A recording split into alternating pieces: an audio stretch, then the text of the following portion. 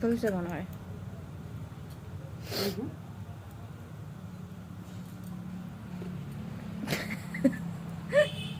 So hey guys, welcome back to my another mini blog. তো দেখো এখানে মা আর আমি বসে গল্প করছি আর আগুন তাপাচ্ছি।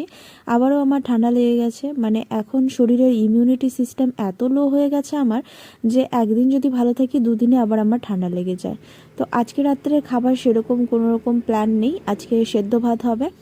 আর তরকারি তো থাকেই দুপুরে, যেহেতু আজকাল শীতকাল, তো শীতকালে তো কোনো রকম নষ্ট হয় না, তো তরকারি আছে। তার সাথেও ইচ্ছে হলো বেগুন পোড়া আলু সিদ্ধ দিয়ে খাওয়ার জন্য। আর বসে বসে আমরা এখানে বাদাম ভটকা খাচ্ছিলাম, তোমরা কি বলো জানি না।